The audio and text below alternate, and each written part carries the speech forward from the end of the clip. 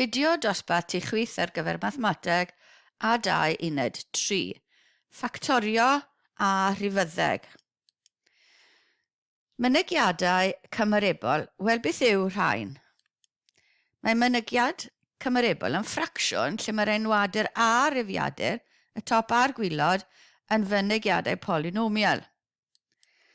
Yn gyfatebol i hyn, mewn ffracsiwn rhifyddol, bydd y fynegiad cymerebol fx rannu gx yn fynegiad cymerebol bôn-drwm os dyw y gradd fx yn llai na gradd gx ac yn un pendrwm fel arall. Hynny yw, os dyw gradd y gwylod yn fwy na gradd y top, mae fe'n bôn-drwm, ffracsiwn go iawn, neu os dyw gradd y top yn fwy na'n ein hafel i, gradd y gwylod, mae fe'n pendrwm.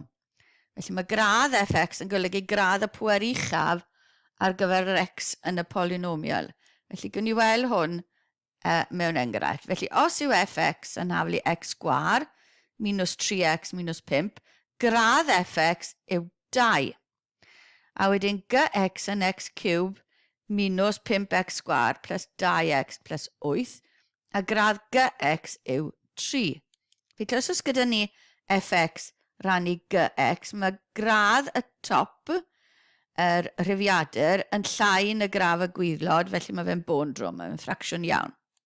Ond, os yw gx rannu fx gyda ni, mae gradd y top nawr yn fwy na gradd y gwylod, felly mae fe'n ffracsiwn pendrwm. Os dyw gradd y top a'r gwylod yn hafel iddi gilydd, mae fe hefyd yn pendrwm, felly byddwch yn ofalus. Symleiddio mynegiadau cymerebol. Weithiau, gallwn symleiddio rhain o achos bod yna ffactor yn gyffredin. Felly, ystyriwch hx yn haflu x plus 1 a jx yn haflu x gwar minus 3x minus 4. As ni'n rhannu rhain, peth cyntaf i wneud i gweld os ydy'r gwylod yna yn ffactorio, a mae yn. Felly mae dyn ni ffactor x plus 1, x minus 4, ffactorau ar y gwylod, a mae gyda ni x plus 1 ar y top. Felly ni'n gallu canslo y ddau yna, gadael ni dy 1 ar y top a x minus 4 ar y gwylod. Rhannu gyda x minus 1, top a gwylod, gadael ni dy 1 dros x minus 4. Rydym angen ystyried y sefyllfa bod yr enwadur methu bod yn 0. Ni methu cael 0 ar gwylod y ffracsiwn. Felly mae rhaid ni ddweud, os nad yw'n cael ei ddiffinio, bod x methu bod yn 4. Nid yw hyn wedi ddiffinio os dyw x yn haflu 4. Methu cael rhannu gyda 0. Adio a tynnu ffracsiynau. Wel, meddylwch yn hermau ffracsiynau cyffredin. I adro 2 fynegiad cymerebol, rydym angen enwadur cyffredin, fel y defnyddion gyda ffracsiynau rhiffiadol. Enghraifft, os ni angen adio'r 2 ffracsiwn yna, mae werth meddwl yn gyntaf os oes rhywbeth rhyw ffactor yn gyffredin, fel os ydyn ni eisiau ffracsiwn dros 12 a ffracsiwn dros wedwn ni 15, adio'r 2 ffracsiwn yna, bydden ni'n gweld bod 3 yn ffactor cyffredin. Felly ni'n mynd i edrych ar y 2 yma i weld os oes ffactorau yn gyffredin ar y gwylod. Felly ni'n mynd i ffactorio'r gwylod. Felly mae x gwar minus 3x minus 4 yn ffactorio i x plus 1, x minus 4. A mae x gwar plus 4x plus 3 yn ffactorio i roi x plus 1 a x plus 3. Felly, yn enwadur ni sy'n angen yw x plus 1, x minus 4, x plus 3. Sy'n gallu lliosi mas i rhoi x cube minus 13x minus 12. Felly, hwnna bydd yn enwadur cyffredin.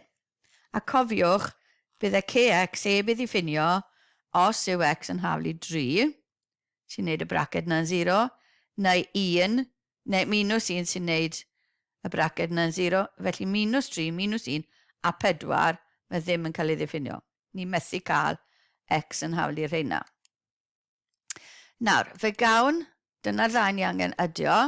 Ffactorio'r gwylod, felly ni angen ydio y ddau ffracsiwn yna.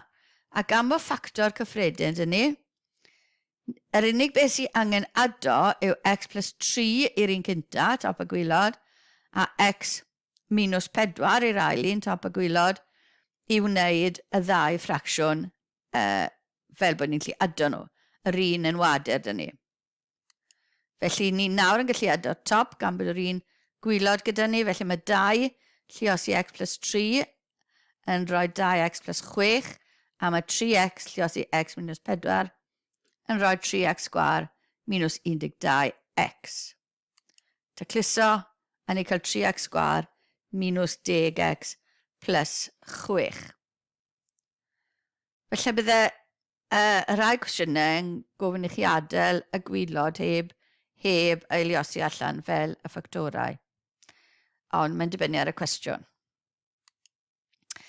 Felly, a eto nid yw kx wedi ddiffinio as yw x yn minus 3, minus 1 a 4. Mae fe ddim i weld yma. Os bydde ni wedi os bydde hwn wedi bod yn swm tynnu, bydde ni wedi bod yn tynnu yn y darn rhwng y coch a'r gwyrdd. Felly, cofio bod angen llosir minus tu fewn, felly minus 3x sgwar plus 12x bydde gyda ni, sy'n gadael ni gyda minus 3x sgwar plus 14x plus 6.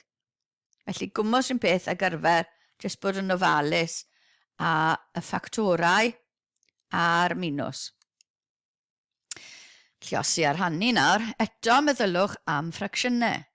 Felly, mwyn lliosi 2 fynegiad cymerebol, rydym yn lliosi'r rhifyddediron, y ddau top, gyda'i gilydd, a lliosi'r enwadiron, y ddau wilod, gyda'i gilydd, fel y byddwn gyda ffracsiynau cyffredin. Enghraifft, os ni angen lliosi'r ddau ffracsiwn yna, ni'n lliosi'r top, a ni'n lliosi'r gwylod. Sy'n rhoi ni 2x, 2 lliosi 3x yn rhoi 6x, a 2 fracet na wedi lliosi allan yn rhoi hwnna. Triwch eich hunain i weld os dyw hwnna yn gywir. Ond nid oes rhaid lliosi allan ffactorau'r enwadur fel wedys i, mae'n dibynnu ar cydgyswllt y cwestiwn. A cofiwch oedd rhain ffactorio hefyd. Rhannu 2 ffracsiwn. Byddwn yn lliosi gyda cilydd y rhannydd fel byddwn gyda ffracsiynau rhifyddol. Enghraifft, os ni angen rhannu y 2 ffracsiwn yma, bydden ni fel arfer nawr yn lliosi gyda cilydd beth ni moyn rhannu gyda. Fel bydden ni gyda ffracsiynau cyffredin. A dyna gyd sy'n digwydd yw bod ni wedi lliosi top a gwylod hwn gyda'r 2 enwadur, felly bydde fe'n canslo yn yr un ochr a'r llall. Felly, yn ymarferol, ni'n troi'r ffracsiwn ni angen rhannu gyda yn benywirod a lliosi. A eto nawr, mae'n werth meddwl am ffactorau cyffredin o'r top a'r gwylod. Felly ni'n mynd i ffactorio y 2 fynegiad cwadratig i weld os oes rhywbeth i ni'n gallu canslo. Felly mae 2 lliosi y coch, sef yn ffactorio rai x plus 1, x plus 3, a mae 3x lliosi'r mynegiad glas yn ffactorio i roi x plus 1, x minus 4. A chi'n gallu gweld nawr mae x plus 1 yn gyffredin i'r 2. Felly mae'n gadael ni gyda 2 x plus 3 dros 3x, x minus 4. A ni gallu gadael hwnna fel yna.